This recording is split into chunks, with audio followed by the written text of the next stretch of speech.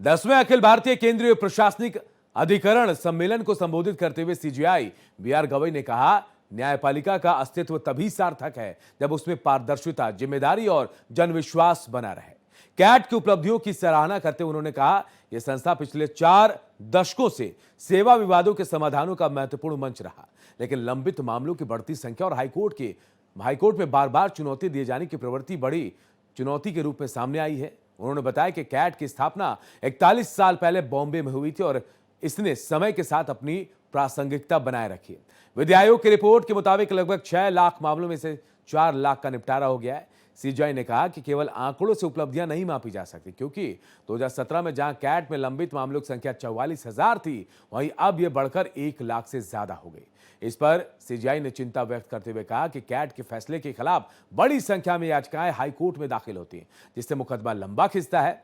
उन्होंने सुझाव दिया कि शायद एक फिल्टरिंग मैकेनिज्म या प्रमाणन व्यवस्था बनाई जा सकती है, ताकि यह तय हो सके कि कौन सा मामला आगे अपील योग्य है और कौन सा नहीं।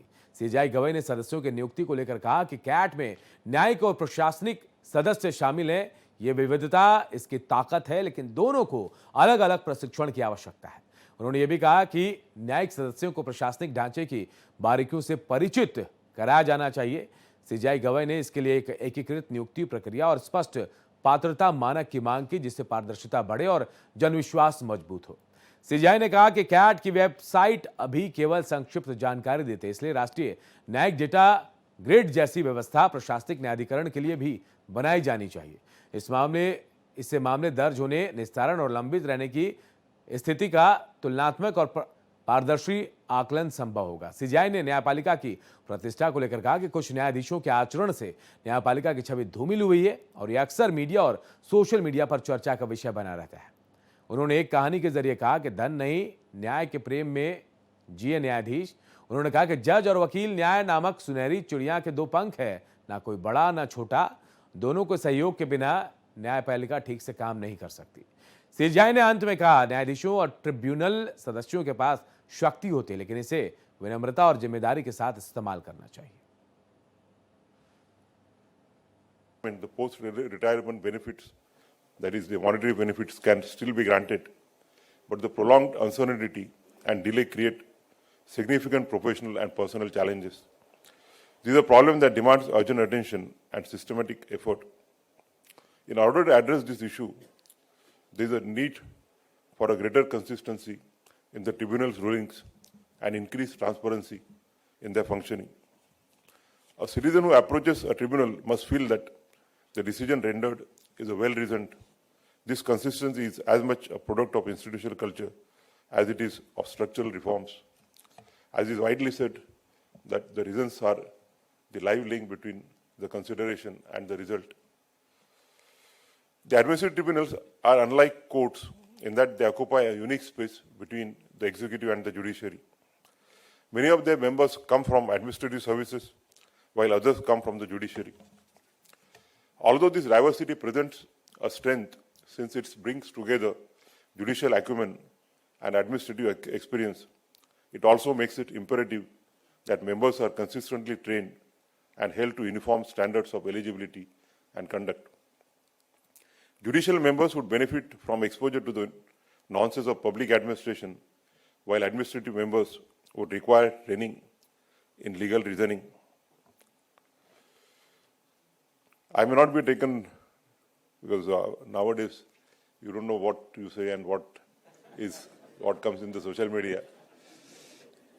But as a judge, I have personally noticed that some of the judges coming from the administration, they do not forget that they come from the administration, and they are averse to passing any order which would be against the government.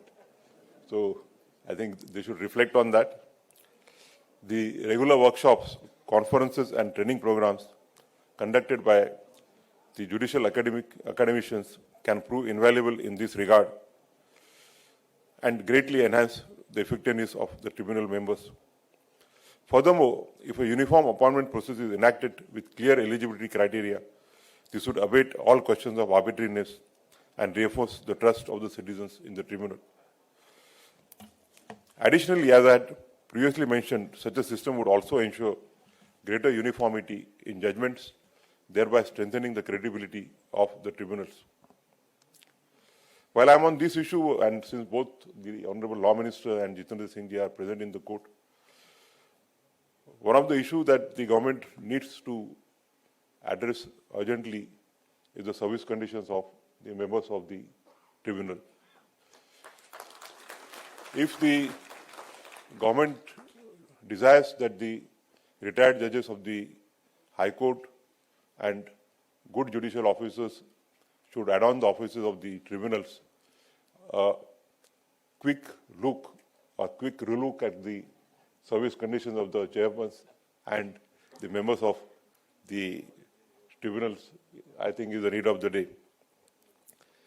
The second area I wish to highlight is the need for a centralized data platform. National platforms such as the National Judicial Data Grid or the National Justice Clock provide comprehensive data on the functioning of the courts at the district, high courts and the Supreme Court levels. These details include case filings, disposal, and pendency data.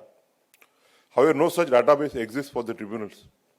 Although CAT provides a brief overview of pending, disposed, and filed matters on its homepage, a comprehensive resource where such data can be found for the central and the state administrative tribunals would provide more uniformity in accessing data. Additionally, it would also empower litigants to track their cases with greater ease.